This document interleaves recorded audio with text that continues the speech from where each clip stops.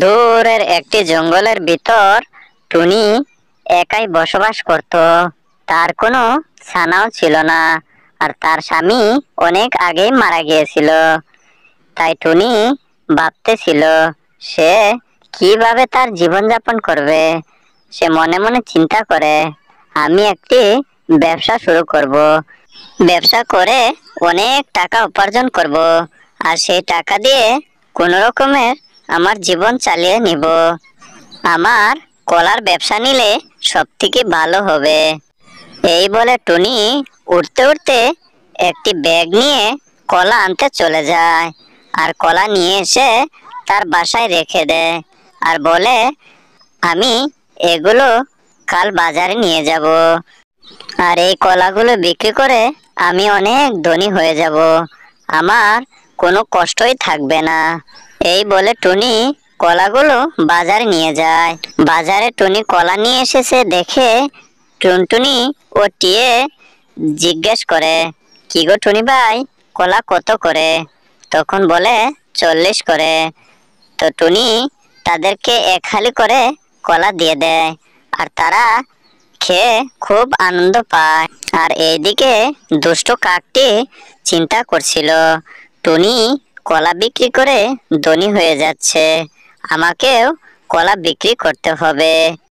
এই বলে কাক তার কলাগুলো বাজারে নিয়ে আসে, আর সেদিন টুনটুনি ও টিয়ে পাখি তার কলাগুলো কিনতে চায় না। এরপর দুষ্ট কাক টুনির বাসায় গিয়ে সব কলা সেখান থেকে নিয়ে চলে আসে, আর টুনি তার বাসায় এসে দেখে একটি কলাও নেই। আর সে কলা না পেয়ে খুব কান্না করে, আর বলতে থাকে, মনে হয় কেউ এসেছিল, আর এসে আমার কলাগুলো নিয়ে চলে গেছে। এখন আমি কলা বিক্রি করতে কিভাবে যাব, আর টাকা কিভাবেই উপার্জন করব। পরের দিন টুনি আবার সেখানে কলা রেখে দেয়, আর রেখে সেখান থেকে সে তার বাইরে কাজের জন্য যায়, আর বলে, আজ কেউ নেবে না, এখানেই রেখে চলে যায়। এরপর সে তার বাসায় এসে দেখে সেদিনও কলাগুলো কে যেন নিয়ে গেছে, আর সে কলা বিক্রি করতে যেতে পারে না। তখন টুনি মনে মনে বলতে লাগে, আমার কলাগুলো যে নিয়েছে তাকে তো উচিত শিক্ষা দিতেই হবে, আজ আমি খুব অসহায় পড়ে গেলাম। এরপর সব পাখিরা তার বাসায় আসে, আর এসে জিজ্ঞেস করে, তুমি কলা বিক্রি করতে কেন যাও না? তখন টুনি সব কথা খুলে বলে। তখন পাখিরা বলে, তুমি লুকিয়ে থেকে দেখবা কে নিয়ে যায়।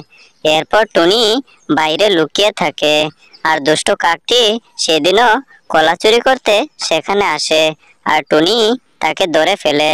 তখন সব পাখিরা মিলে কাকের বাসায় যায়, আর বাসায় গিয়ে সব পাখিরা তাকে মেরে জঙ্গল থেকে তাড়িয়ে দেয়, আর তারা সুখে থাকতে শুরু করে। তো বন্ধুরা, আজকের গল্প এই পর্যন্তই। আরো সুন্দর সুন্দর গল্প পেতে আমাদের চ্যানেলটি সাবস্ক্রাইব করে রাখো।